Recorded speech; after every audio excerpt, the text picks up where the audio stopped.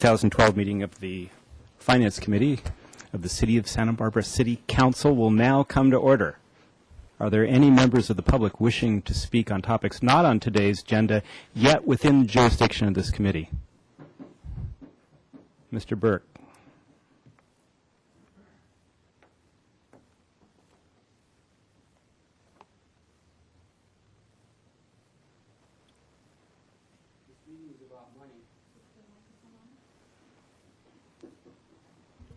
Thank you.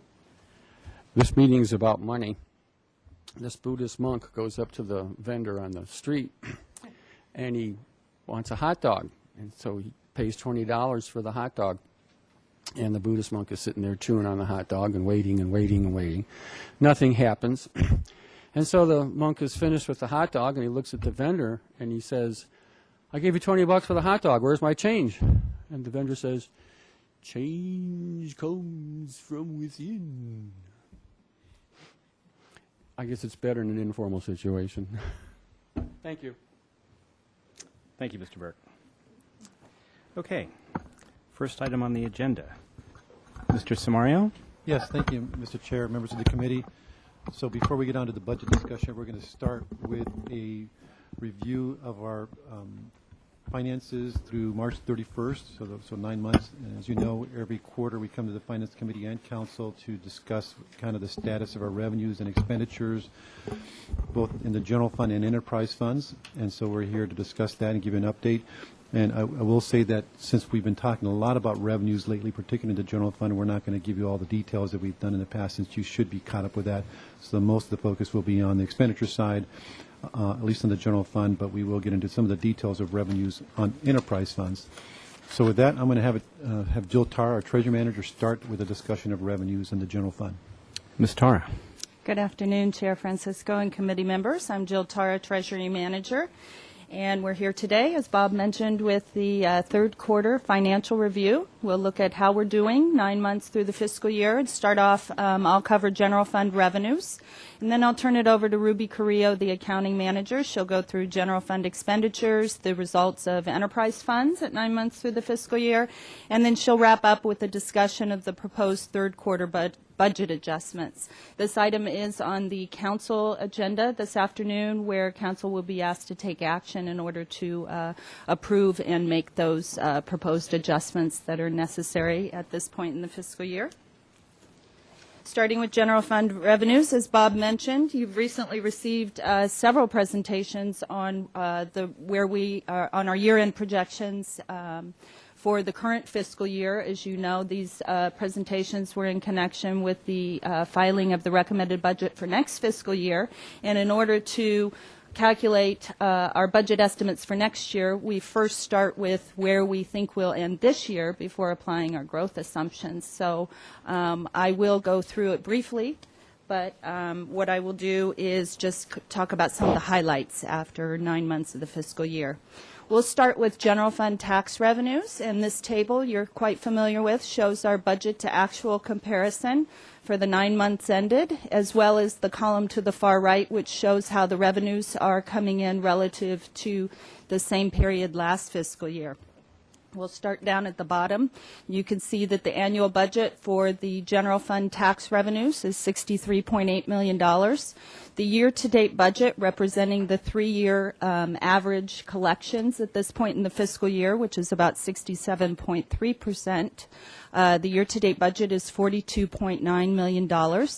And through 9 months of the fiscal year, we've collected $43.5. So we're running about $655,000 ahead of the year-to-date budget and 4.7% above the tax collections for the same period last year. The positive budget variance is due to two areas, both of which you're familiar with, one being sales tax, which is running about $433,000 about ahead of the year-to-date budget and 6.8% above collections for the same period last fiscal year. And TOT, our transient occupancy tax or bed tax, which is running about $200,000 above the year-to-date budget and 9.9% above collections for the same period last fiscal year. So those two revenues are making up this positive budget variance in the tax category, with the rest of them coming in relatively flat or just slightly below. We'll turn now to other revenues, which are non-tax revenues in the general fund. And as you can see, this category of revenues is running slightly behind the year-to-date budget and lower than last year by about 1.1%, due primarily to a couple of revenues in particular, one being the franchise fees. Franchise fees are running $217,000 under the year-to-date budget, due primarily to shortfalls in the electricity sector. And as you know, it's difficult to predict electricity because there are so many factors that are difficult to anticipate and outside of our control, factors that affect consumption being commodity prices to produce the electricity, as well as weather patterns and other economic factors affecting households. So the franchise fee, the 1%, is applied on the gross electricity sales, and therefore we're seeing that revenue come in lower. In the intergovernmental category, that's running about $207,000 short of budget. That's due almost exclusively to lower fire mutual aid revenues, which are the revenues we receive from calls for service from the fire service, other jurisdictions, state fire.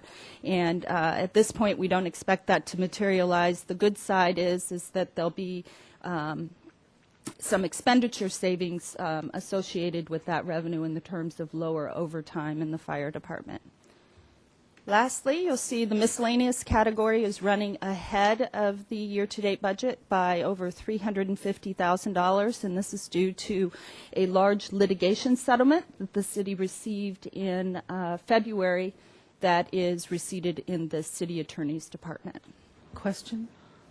Ms. Murillo. Ms. Tara, miscellaneous, so that includes, like you just said, something to do with litigation. What other items that looks like a big number? It is a big number. That miscellaneous category includes our overhead allocation revenue, which is the bulk of that revenue, and then a variety of smaller miscellaneous revenues across the general fund. So the overhead revenue is, I think, about $6.5 million. Thank you, Bob. And that's the revenues that are collected from enterprise and other funds in the city for the administrative services provided by the general fund, like payroll, finance, city attorney services. And so we allocate out their share of the costs that are borne by the general fund and collect that revenue back. Thank you.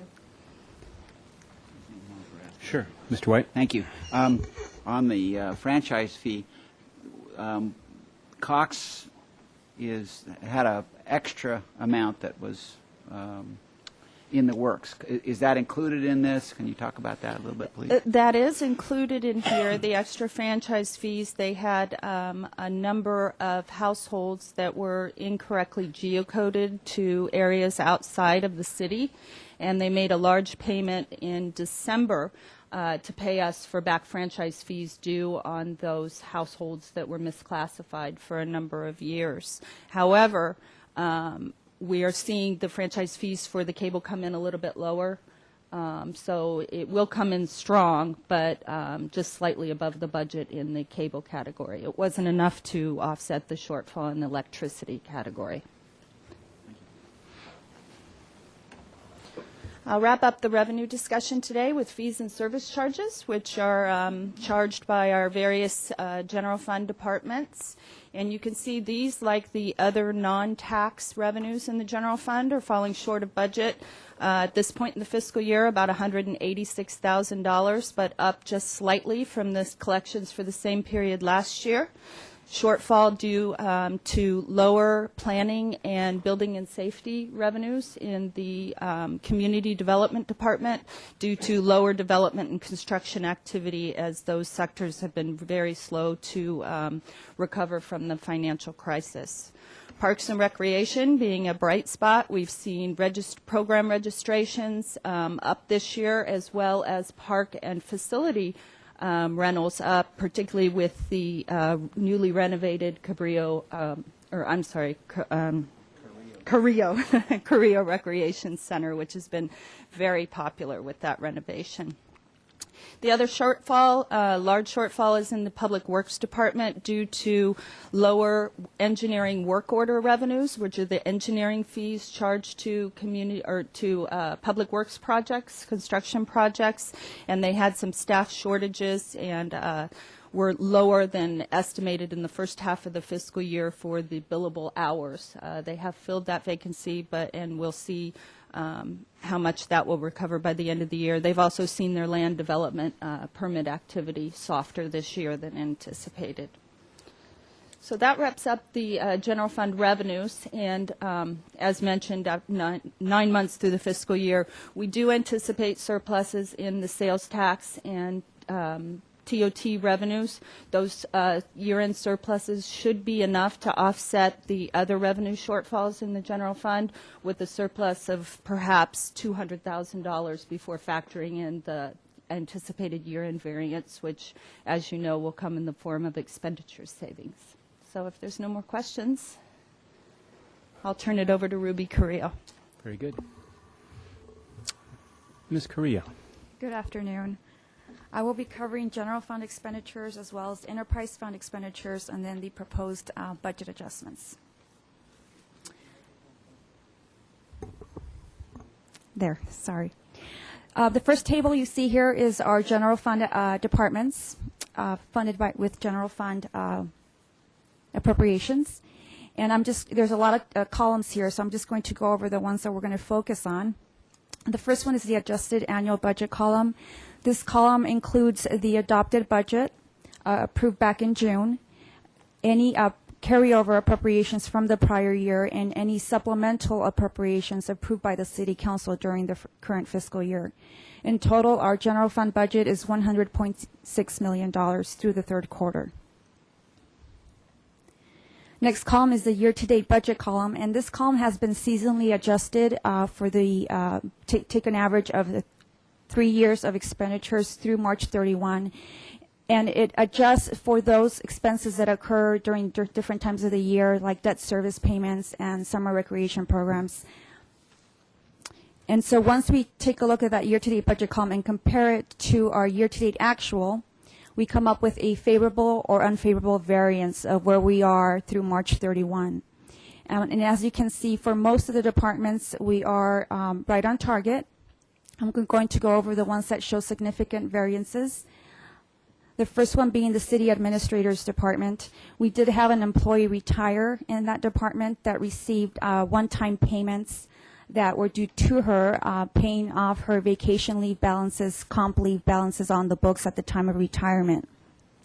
In addition to that, it also covered an annuity benefit that is available to retirees. It's comparable to a PERS benefit where you can convert sick leave hours into service credit time, and it has a monetary value, and so this also includes that payment. We are requiring or requesting an appropriation to cover those costs which were not budgeted.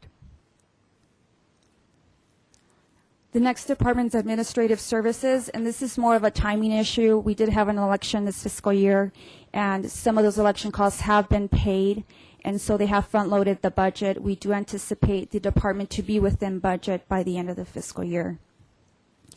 The next few departments are on target. Take us down to Library. We do see a negative variance here of $15,000, and that has to do with some facility maintenance costs that have been incurred in the first 3 quarters of the fiscal year for recarpeting some of the library facilities. The department will be within budget by the end of the fiscal year. It's just those costs have been incurred earlier in the year, but it will balance out by the end. Favorable variance here in community development of $131,000. The department did experience unfilled positions, some vacancies that they have left intentionally during the year, and we will offset some of that $300,000 shortfall that Jill talked about in permitting with the savings and expenditures. Overall, we are seeing a favorable variance of just over $311,000 in the general fund through the third quarter. This is a similar table, but addressing the enterprise fund activity. Our first column, as I stated previously, it's the adopted budget with any prior year carryovers. and any current year supplemental appropriations approved by the City Council.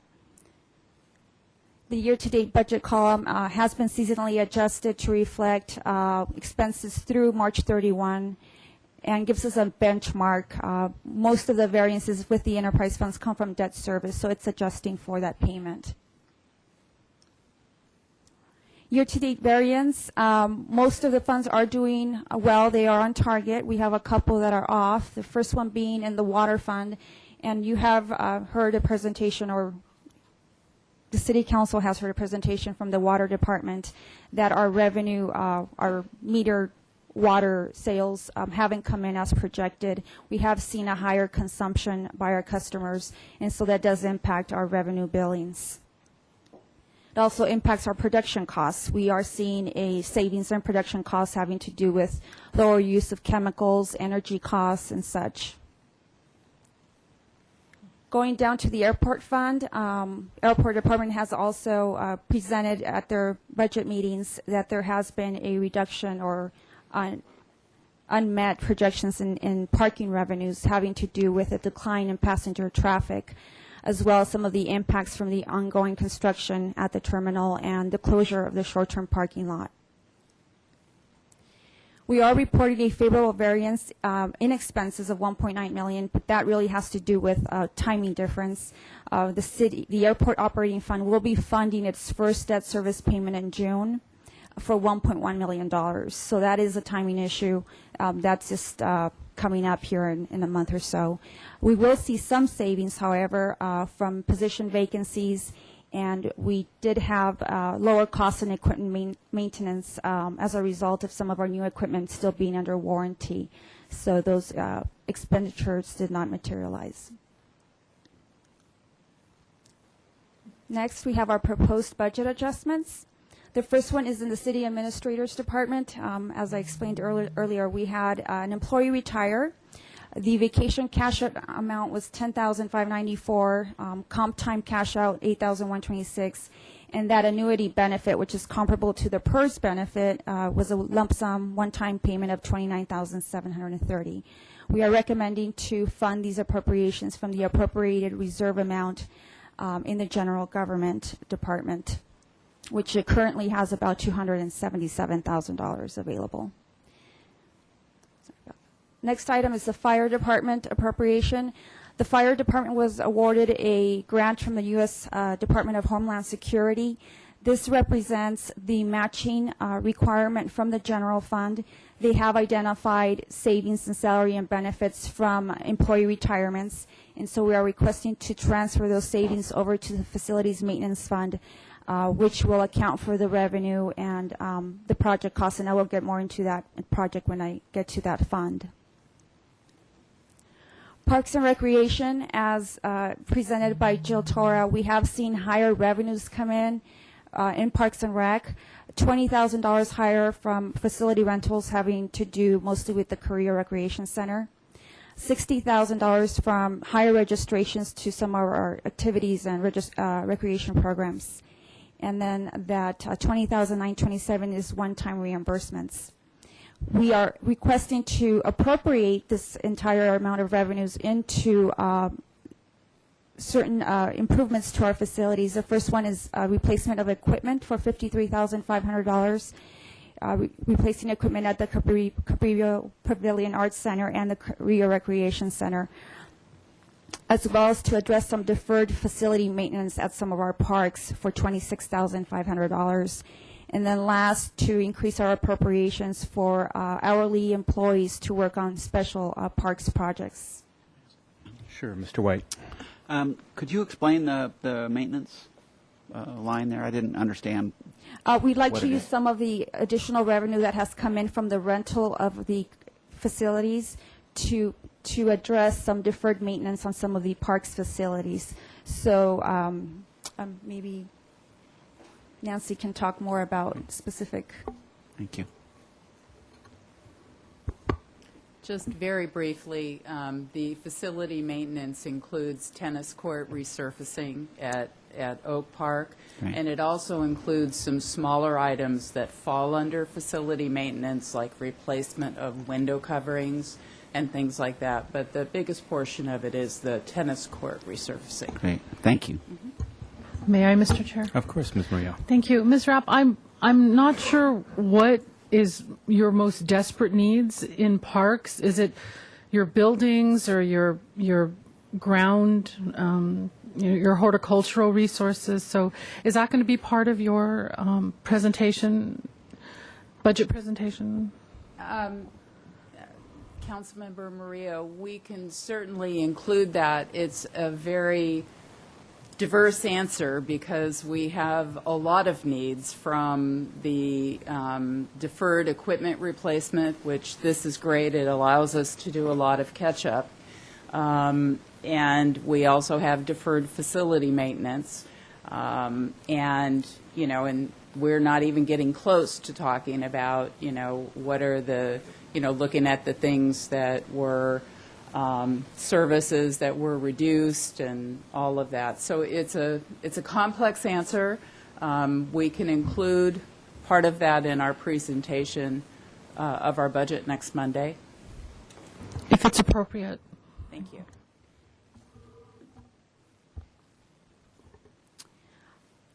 That summarizes general fund proposed budget adjustments. Moving on to our other funds.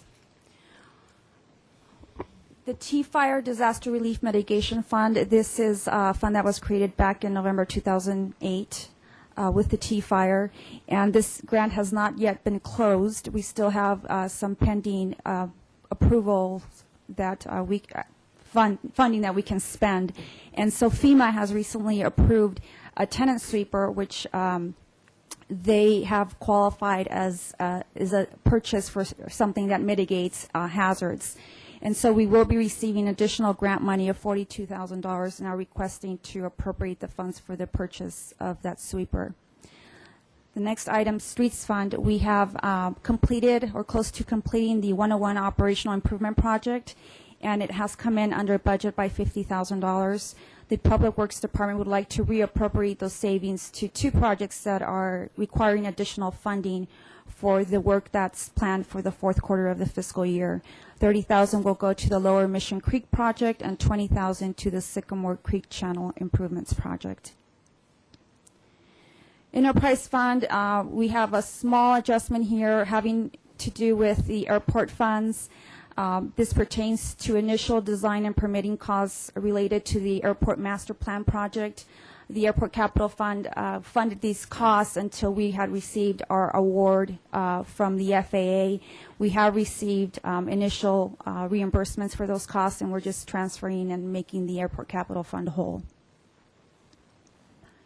And last is the adjustments to the Facilities Maintenance Fund, and this has to do with the U.S. Department of Homeland Security grant awarded to the Fire Department.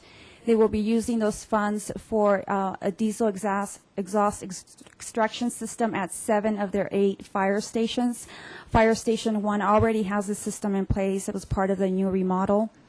The grant amount is for $193,292. The funding from the Fire Department from the personnel savings, the city match portion, will be $48,324. And then the Facilities Maintenance Fund will fund $34,000 of that. In total, the project will be $275,858. That concludes our proposed budget adjustments. Unless there's any Thank questions. you. Questions from committee members? Mr. White? Thank you, Mr. Chair. Could you explain, give a little more information on the Mission Creek, Sycamore Creek improvements that are where the 30 and 20,000 would be spent? Anybody here that can do that?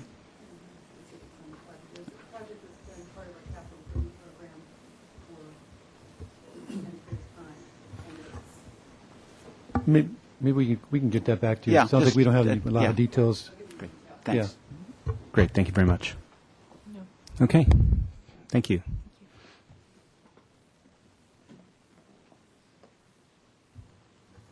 Okay, so that concludes the third quarter report. So maybe just an action to forward the recommendation for council's approval. Okay. Very good. So moved. All those in favor? Aye. Aye. Okay, so with that, we're going to turn over now to our budget discussion, and as is shown on your schedule, we're going to be covering the enterprise funds, the fees that they proposed to change this year. We covered general fund last week, so this week's enterprise funds. And we are going to start with the waterfront department, and Scott Reedman, the waterfront director, is here to cover that. Great. Good morning, committee Chair. members, Chair. I have a question. We have 4 fee adjustments to discuss today. Yeah. Okay. I just, as a slip holder, I just want to be out of the room at the right time, so let me know when that's appropriate. It's informational, right? Yeah, we won't be asking for any action. Okay. Otherwise, we'd have to send you out right now. The fee increases, we have 4 that we're recommending this year, Waterfront Department. The first being a slip transfer fee increase of $25 a foot, from $300 to $325 a foot on all vessels except the 20-foot slips. Except for the 20-foot slips, we froze 4 years ago at $200 a foot. We didn't budget any additional revenue from this fee increase, and I'll explain why in a moment. It has turned out to be a very volatile revenue stream for us, given the fluctuations in the economy. Next fee increase is a 2% slip fee increase, and we expect to see about $79,000 in increased revenue from that fee increase. And the 2 new proposed fees are a $10 service fee on parking collection envelopes. When someone parks in one of our self-pay lots and doesn't pay, they receive a collection envelope, and we'll add a $10 service fee onto that to defray the labor costs of dealing with that. And we also have a mooring permit application fee, which is a new fee of $50. When someone applies for a mooring permit, they will give us that $50 for the application. What we've found is in processing these applications, a lot of people drop out or they just don't follow through, and it's taking a lot of staff time. So we sort of want to sort out the people that aren't serious about applying. This is what I mentioned about the volatility of the slip transfer fee revenue. We've been increasing it by $25 a foot for quite a few years now, and you can see through fiscal year 4, 5, 6, and 7, and even 8, it was slowly, steadily increasing. This is a mid-year comparison, by the way. All of a sudden, it took a huge dive in fiscal year 2009, rebounded in 10, went back down in 11, and we seem to be rebounding again in fiscal year 12. So we don't really want to forecast as high as we were before. We were achieving $600,000 a year from slip transfer fee revenue, and it's been all over the map since the recession kicked in. Okay. And just for clarification, a slip transfer fee is a fee that is triggered when usually when somebody purchases a boat and they transfer the slip permit with that as part of that process. The boat sale and the slip permit transaction are 2 separate transactions, but we allow slip transfers in Santa Barbara Harbor because we're 100% occupied, and if you don't have a slip, it's pretty difficult to have a boat. So we allow the slip transfers, and as part of that, we charge a fee when they transfer the slip. So this is a little history on our fee increases in the last 5 years. As you can see, the $25 slip transfer fee increase each year. It's been something we've been doing for a while now. Slip fees in 2009 we raised by 2%, in 2010 by 4%, 2011 4%, 2012 3%, and we're back down to 2% is what we're recommending for 2013. Parking fees, we're not recommending any increases this fiscal year. The last time we did increases in parking was in all the lots in fiscal year 2010.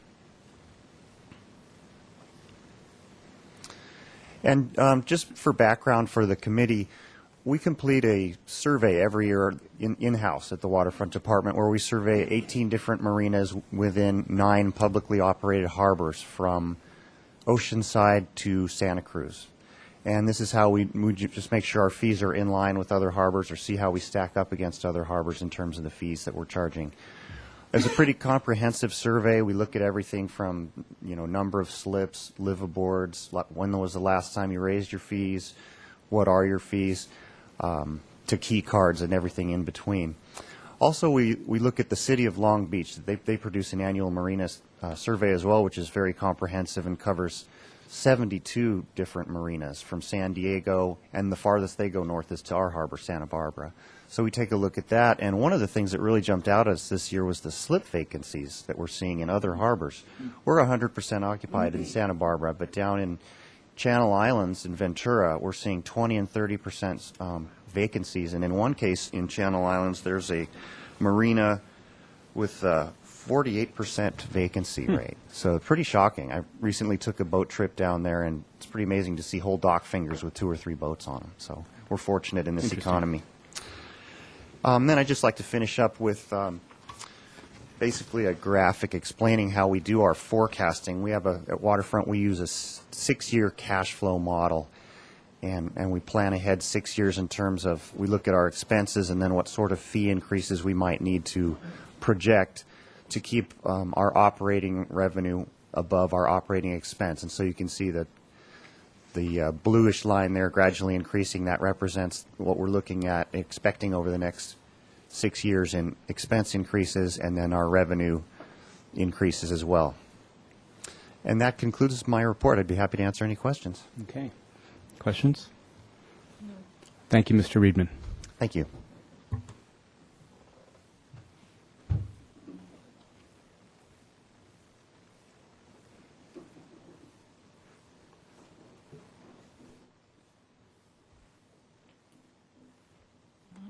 Good afternoon.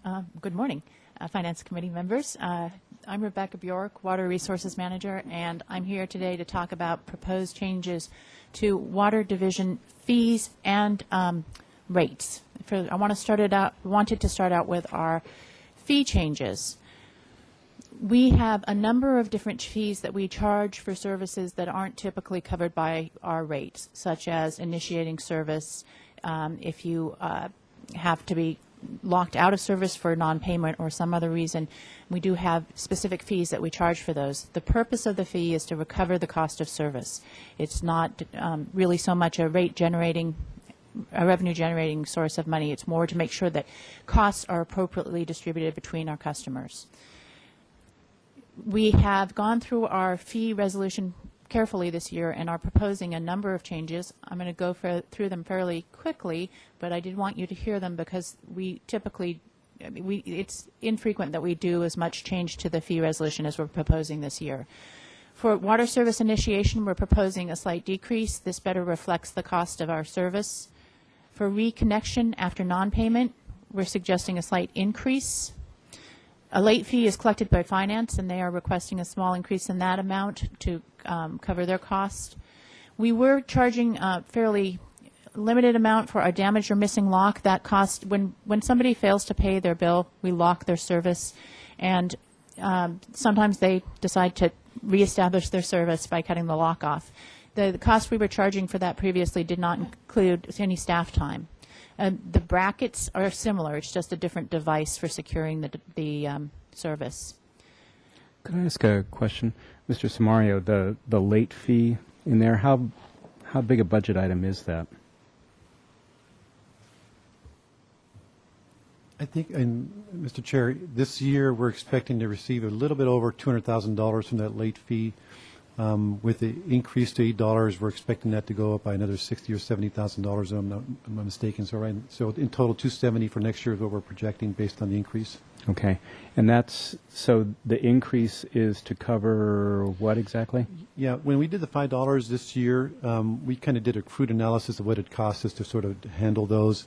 But this year we did a more thorough and more comprehensive analysis of what does it really cost us to process those late the notices and just dealing with the customers, and we came up with a number that was more reflective of our cost, and that was the $8 number.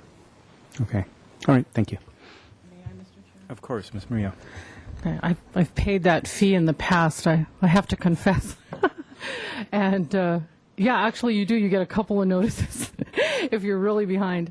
But I did want to ask about the water service initiation going down. That's kind of amazing. And Mr. Burke, you missed it. You're talking about change. There it is. Why would it go down? We've looked at what it takes us to actually provide the service and made an estimate of what our staff time is, and we've determined that this is a more appropriate fee. We're more effective in getting it started. I'm happy to see that. Hope the public notices. We have some changes to language. Again, finance has requested a change in the terminology for declined payment fee instead of returned. We are changing when we have the people who tamper with our locks and reestablish their service. We would typically have to go out and reestablish service for them and charge them for that. So by cutting the lock, they're avoiding that fee. So we are proposing to charge them that fee so there's not an incentive to go around our process. Water main taps, we charge a fee for a new service connection when we actually tap into our system. And we have clarified the language so it's clear what that fee covers. Some of the work is done by us and some of it needs to be done by the contractor, and it was a little ambiguous in the fee resolution. Installation costs, when we have somebody who asks to have one service abandoned and a new one installed, typically we do that at the same time. We've run into a number of situations where they want us to come back at a later date and abandon the service. We didn't have a fee for that, so it costs us about the same to go out and do it. So we are adding a fee that if you don't abandon your service at the time the new one, the replacement one is installed, you'll have to pay an additional fee for the later activity. TAP and T fees, this is the actual work and cost to connect the new lines to our system. And there are a whole bunch of them based on the size of the main and the size of the service line coming off. So smaller taps, we went through and looked at all of them in terms of how much time it takes us and what the material costs were. Found that we were generally undercharging for smaller taps by up to 25%. So we're proposing increasing the smaller ones by up to 25%. But the larger taps were being, we don't think that the higher fees are substantiated, so we are reducing it down by up to 35%. There's, as I said, there's a whole table, and some of the percentages are in the 1% range, but we're trying to make it reflect the actual cost.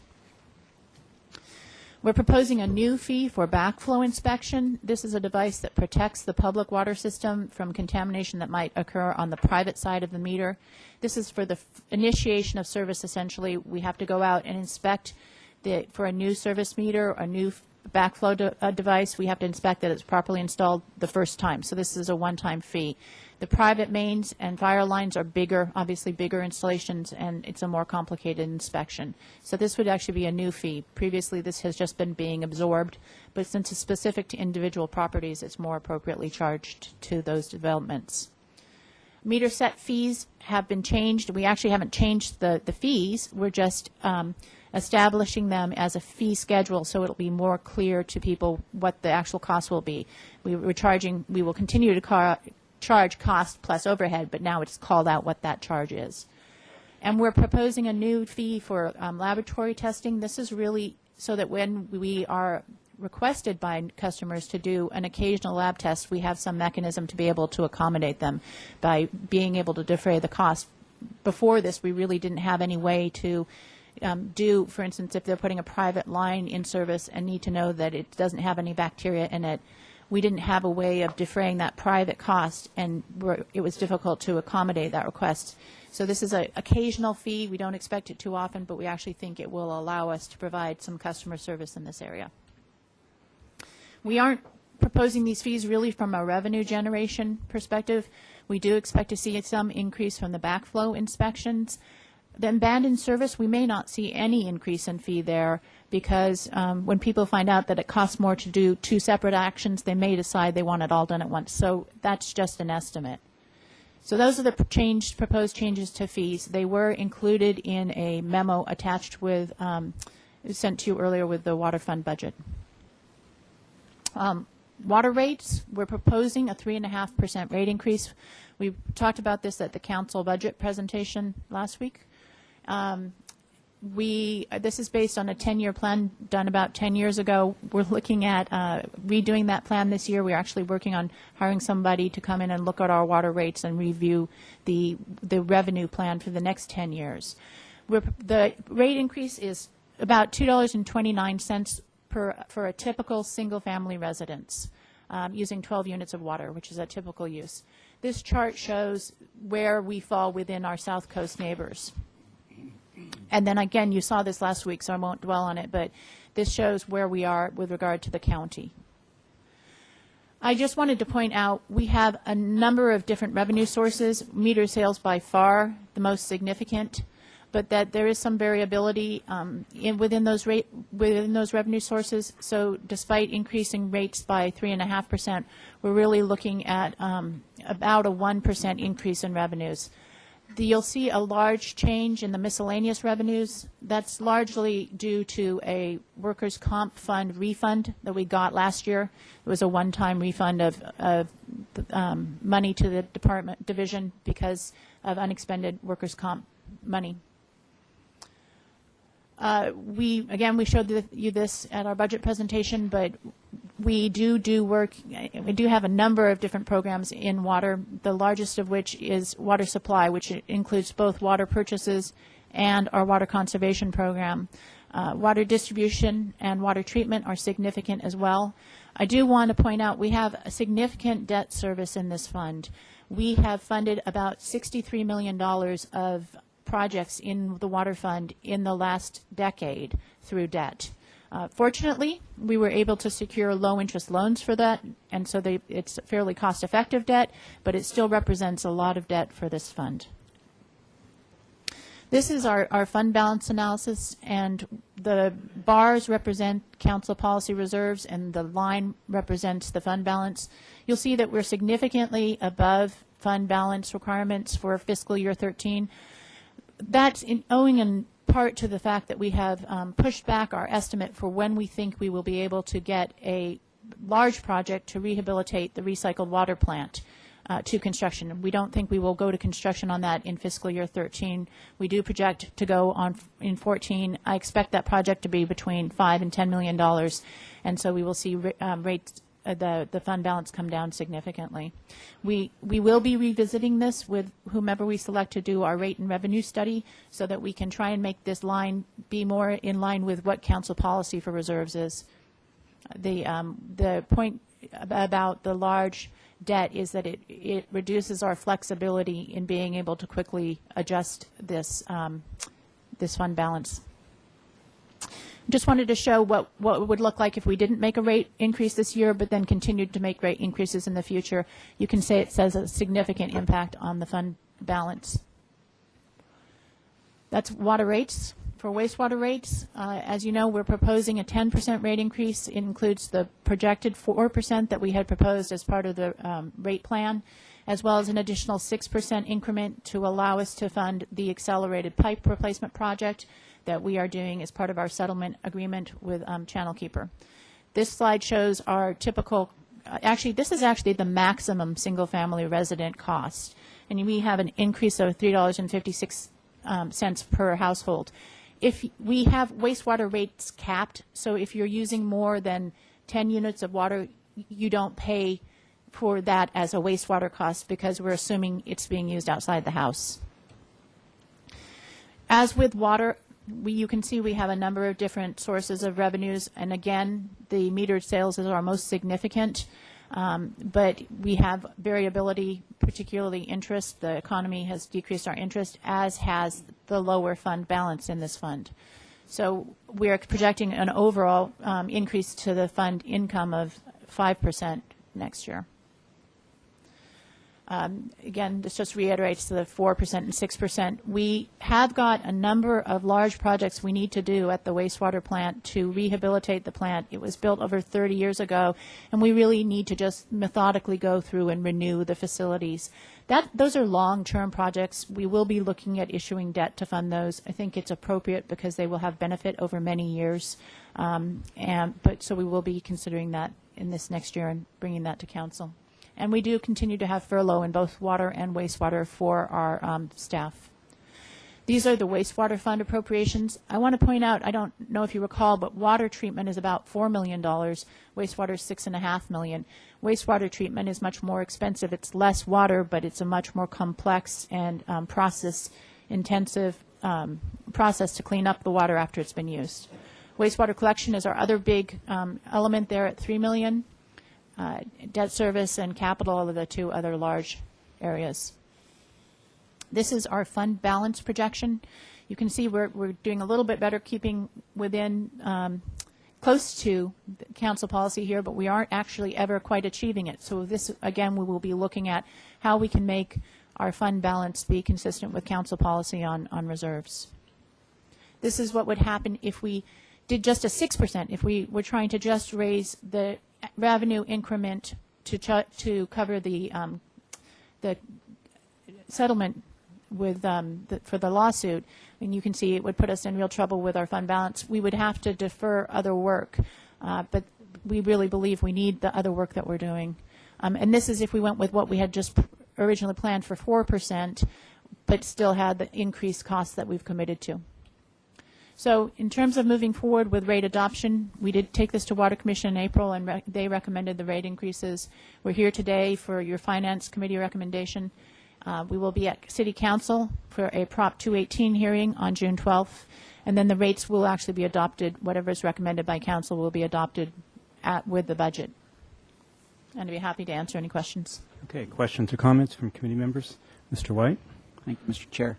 On the water fund, the debt there, was that all refinanced in recent time into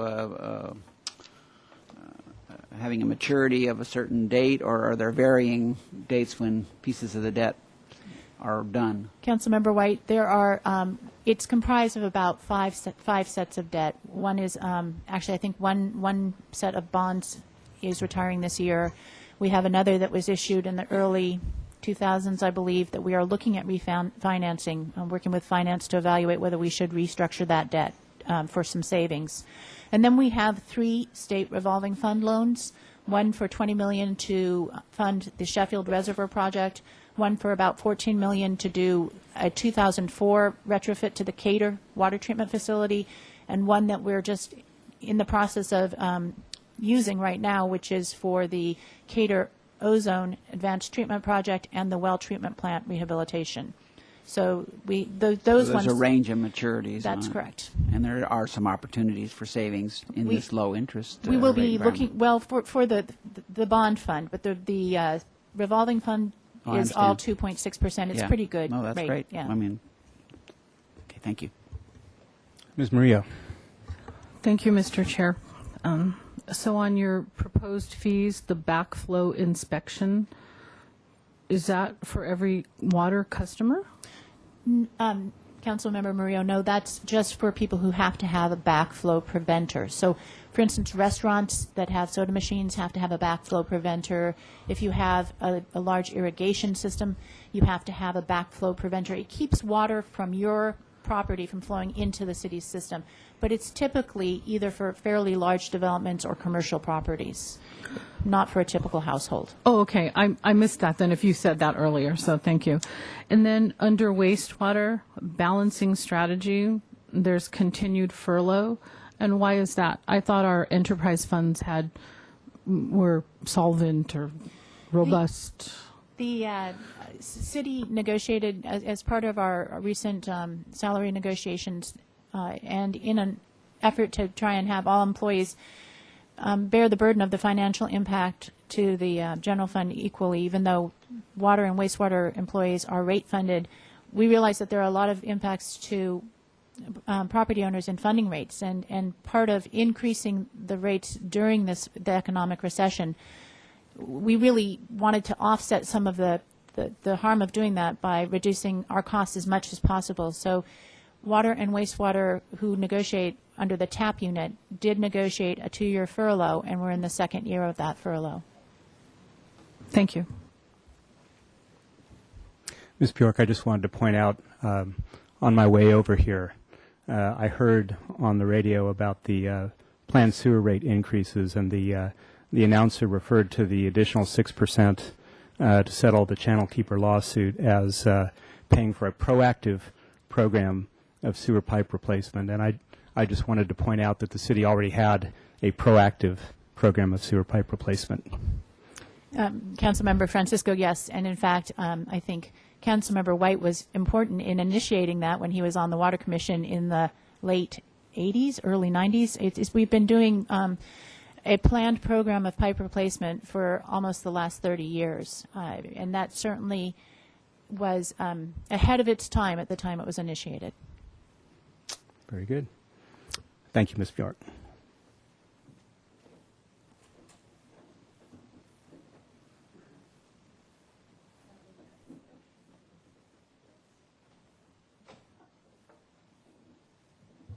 Okay, next is solid waste, and Matt Ford, Environmental Services Manager, will be covering that.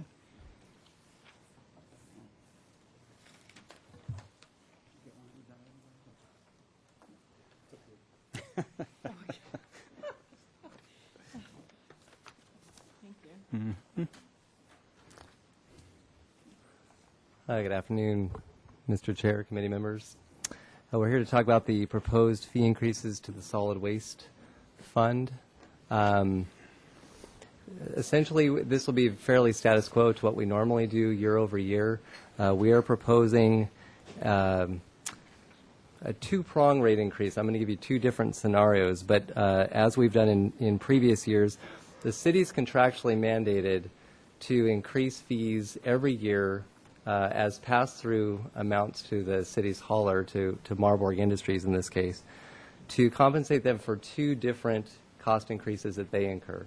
And the first is a CPI adjustment that totals 65% of the CPI index that we use, and that's related to the collection costs. And the second is to compensate them for the increase in the tipping fees that are charged at Tehiguis landfill for the waste that they drop off. Normally, every other year, the city invokes or puts those fee increases through to compensate them. This year is a little bit different in that, as you're well aware, we're negotiating a new contract with Marburg. So in the event that we are successful in negotiating that new contract and executing it in the next few months, then Marburg has stated that they will forego the CPI piece of their adjustments. So for the Prop 218 notice that you all saw, we noticed the fully loaded increase, the CPI adjustment plus the tipping fee. We also included a statement, however, that if the city is successful in negotiating that new contract, then we would only be applying the tipping fee increase totaling about 1.31% to the customer rates.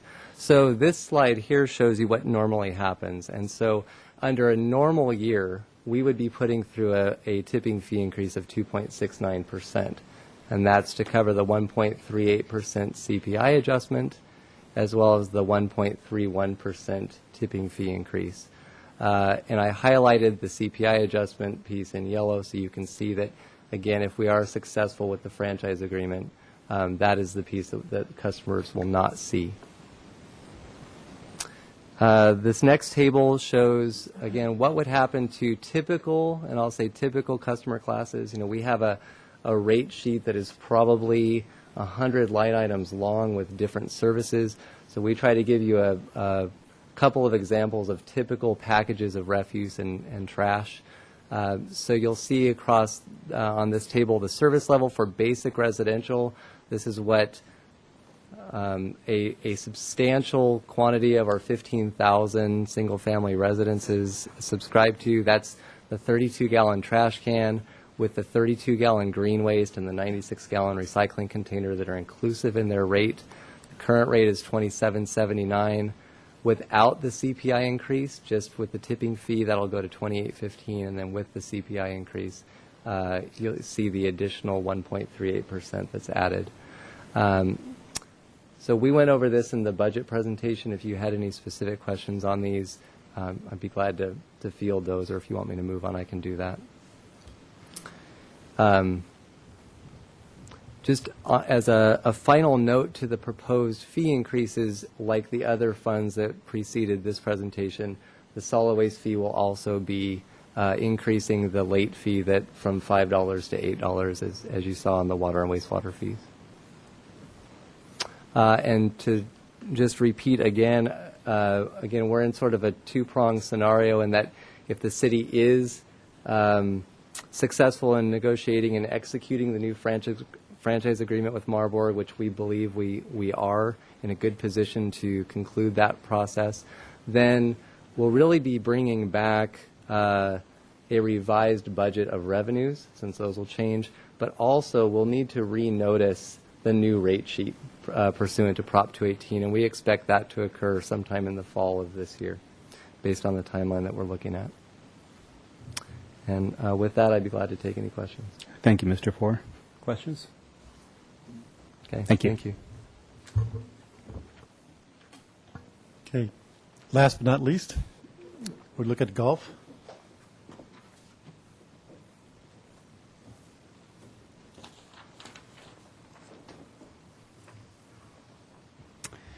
Good afternoon, and this will be the simplest. As a reminder, last year we spent a significant amount of time and analysis on our greens fees out at the golf course, and with that we increased most golf rates by $3.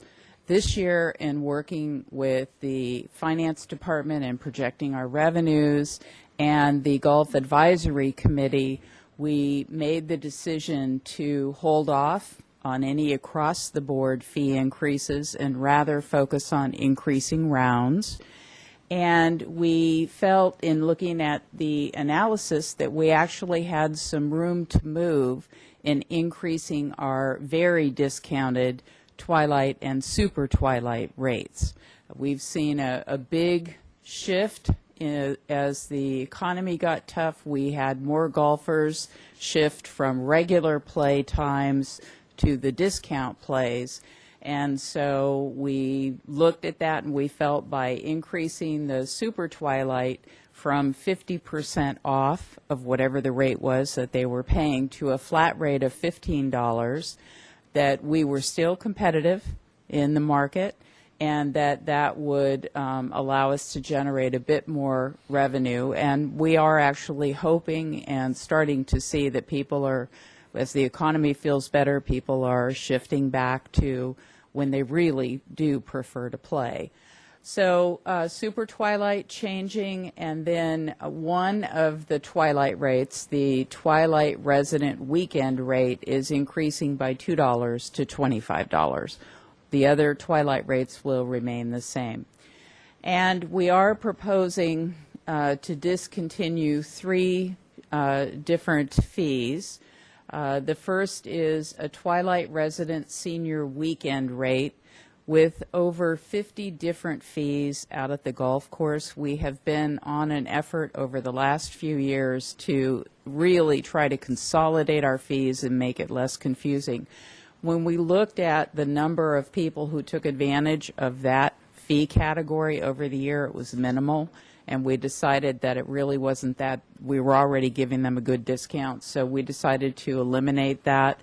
And we also found that a $1 surcharge that was being charged to seniors playing on weekdays as a group that was created years ago when the golf course was much busier really was more of a hindrance, and we made the decision to eliminate that surcharge.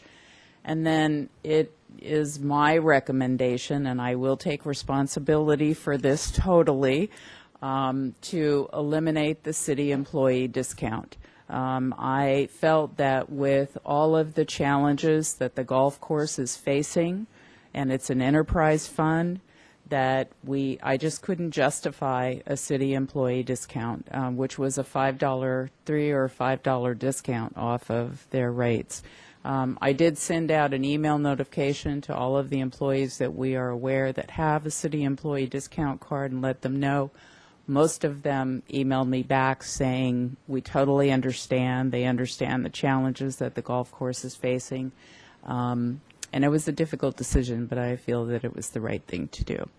So just wanted to share with you the comparison of rates. We're still very competitive with golf courses regionally, and so we feel pretty comfortable with our rates. And when we do our budget presentation next Monday, you'll see that the golf course is actually projecting rounds and revenue equal to what we did last year and what we hope to do this year, and we're actually feeling a lot more confident in our situation.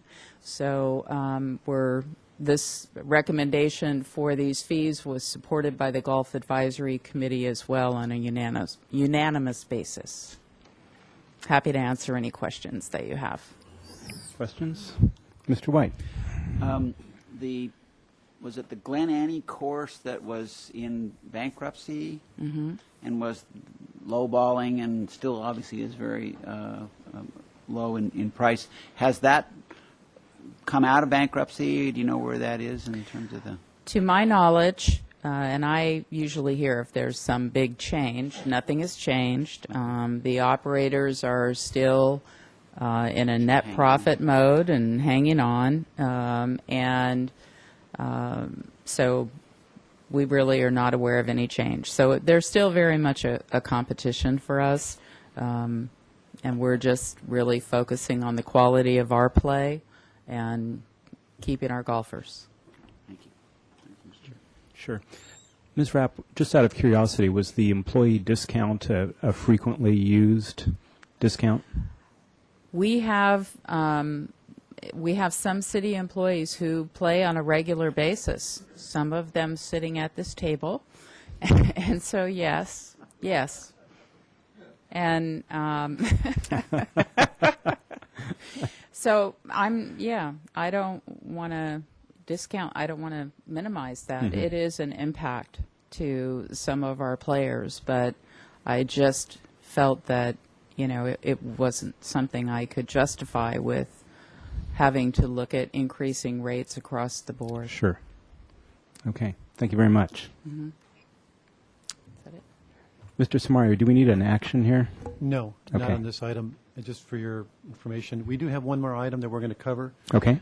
And this is in response, actually, Mr. Chair, to information that you had asked for, or at least alluded to, wanting to understand the change to our salary and benefit costs from the current year adopted budget to what's being now recommended. And there have been a number of iterations and changes to those numbers. And we wanted to kind of walk the committee through that. Great. So you have an understanding, because when you look at just the net change, it's not intuitive as to why increased to the extent it did. Mr. Chair, I didn't get the first word of what benefits. So this is salaries and benefits. Salaries and Changes salary and benefits. So I'm going to hand this out, and I'll explain what you're getting in just a second. Okay.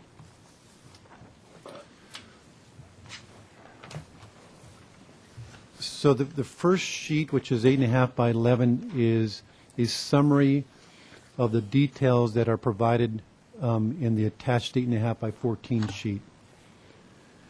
You want to just go wider on that? So this is a summary, and then below that, again, the longer sheets are by department. Keep going. So again, the goal here is to walk you through how we got from what is the current year adopted budget for salaries and benefits, and how we get to what is being recommended for 13 in salaries and benefits. And again, there's been a lot of changes. So the first section where it says changes from 2012 adopted to 2013 proposed, if you were to look at the 2-year financial plan that was approved by council back in June of 2011, it included, of course, fiscal year 2002 adopted, and then a projection or a plan for 2013. And within that document, it indicated that or at least we projected that our costs for salaries and benefits only would go up by $4.3 million. And I wanted to just show you or walk you through how we arrived at that number. The biggest portion of that relates to the fact that we have concessions with all our labor groups that are annual concession agreements, except for public safety. And so at the end of each year, those concessions expire. And so for fiscal year 13, we made an assumption that, before we got into that, that those concessions would expire, and that would mean that our costs would go up $2 million. We thought at that point that we would have to, again, negotiate new concessions. But remember, we left 2013 unbalanced. We didn't try to balance. We left a $2.7 million deficit. But in our projections, the value of the concessions in 2012 relative to 13 was $2 million. And then we also saw an increase in our salaries cost. Very small portion of this is just the fact that employees get merit increases, so those who are not at the top of the range, they get a 5% merit increase potentially. But most of that increase relates to the fact that, as you know, police and fire had a multi-year concession agreement that included some salary increases, but it was offset by the fact that they were paying a portion of their PERS cost. But that one line item in salaries is the increase to salary cost of $925, again, most of it for police and fire increases. Right below that, you'll see that we had made an estimate of our PERS retirement costs based on what PERS gave us as an estimate. That number would have been higher had it not been for the fact that police and fire, as part of the concession agreement, started paying part of that. But still, overall, based on what PERS told us and the rates they estimated, our costs were expected to go up by a net of $935,000. And then we also had, every year we make an assumption of what health insurance costs are going to be. And it's always amazing because we look forward and we think, they can't continue to go up every year 10%. But they tend to, and they have been going up dramatically in the last several years. So we included in our 2013 proposed plan an assumed increase of 12%, and they become effective in January of each year. We made an assumption that in this year, January 2012, they'd go up 12%, and that in next year, they'd go up an additional 12%. Well, what happened in this past year is that HR initiated a process where they actually did an RFP process to evaluate and see if we can get better rates, more favorable rates from our primary health provider, Aetna. And as a result of that, we were able to see our rates stay flat. They came back and said, we will offer you basically no rate increases effective January 12. And that was great news. So our rates remained flat this year. But because we assumed a 12% increase this January, we essentially have an immediate savings that carry over to the next year. We're still assuming a growth in 2013. We lowered it by a little bit from 12% to 10%. But we have immediately saved basically 12% because we assumed that in this year, which would have built into next year. It didn't materialize, so we immediately have savings, and that is about $372,000 that we're going to realize next year because of the lack of rate increase this year. Any questions on that one? That's a little confusing, but does that make sense? Mr. Samario, could you go over one more time in the first section there, the estimated increase in salary costs? You said part of that was step increases and part of it was... Yeah, I would say, just a few $1,000s were the merit increases for those employees who are not... Really, literally that small. Yeah, but most of that is, again, remember with police and fire, their concession agreement actually had kind of two parts to it. One, it included an actual increase to their salaries, but it was offset by the fact that they were paying a portion of their PERS costs. And in 2013, the net of that was really a wash. It was basically, remember it was 6% roughly of net concession in 2011, roughly 3% in 2012, and in 2013 they were going to net to zero approximately. So the salary increase portion is in the 925, and the savings that we enjoy from their paying a portion of the PERS is in the second or the third line item, which is the increase in PERS costs. Again, it would have been higher had it not been for the fact that they were paying a portion of that. Okay. Does that make sense? It would have been a lot higher. It would have been like 1.2 million Okay. roughly in the increase in PERS costs. Okay. Had it been for them not paying for that, their portion of that. I think it's roughly 3% that they're paying of their 9%. Okay, good, thank you. Any other questions? Okay, so then moving our way down. So, every year we update our projections. We put together a 2-year financial plan, but now as we roll into this, approaching the next year, 2013, we have to sort of update those numbers based on what we know now, more currently at least. And so there were some changes from those numbers. The first, just because turnover in staff and some promotions, that we had a small increase or decrease in our salary costs of $232. And again, that's just every year as we update things, it changes slightly. And you recall that when PERS gave us our actual rates for 2013, they were still going up, but they weren't going up as much as they had estimated the prior year, which was good news. So we were able to lower our budgeted PERS costs by almost $500,000. And then as I explained on the health insurance cost, because we didn't see that rate increase this January of 2012 of 12% that we anticipated, it was a zero increase, that we were able to carry that forward to the next year, and that resulted in a $276,000 savings in 2013. And then just because the departments adjust their budgets every year, we did provide additional overtime budgeted amounts for overtime in safety, both police and fire. And then there were some other changes of netting $24,000. But just the revisions to the assumptions and the cost in what we call our status quo budget for 2013 lowered our cost from $4.3 million to about down by $800,000. So we reduced them by $800,000. And then once we, as the departments developed their budgets, we had other changes. The biggest, of course, as you know, relate to the RDA going away, the dissolution of the redevelopment agency that resulted in over $1 million in reduction in costs. $732,000 relates to actual staff that were eliminated, and some were filled other vacancies in other parts of the organization. We did shift some of staff costs that were in the RDA outside of the general fund, totaling $458,000. But that's the big impact that went from our status quo budget to what we're recommending. We also did shift, and you heard this when we made our overview presentation to the budget, we shifted some police department costs out of the general fund. We didn't eliminate staffing at all. We shifted one staff level or clerical position to a grant-funded position. We receive money every year from the state, and we decided we can shift one person over and be grant-funded on an ongoing basis. We also shifted a quarter of a police officer's time to what we call our SLEF fund, or COPS money funding. We get every year COPS money from the state, and when they took away the remaining piece of our VLF, they gave us a little bit more money on the COPS. That was sort of an offset, not 100% for sure. And so that additional funding is going to fund a quarter of a full-time or a quarter of a police officer on an ongoing basis from those additional grant monies we're receiving. And then the remaining piece of a 0.5 police officer, it's a one-time shift to asset seizure, asset forfeiture monies that we get every year. We're going to use some reserves to fund half a police officer next year only. The following year, in 2014, we're going to have to fund that through the general fund.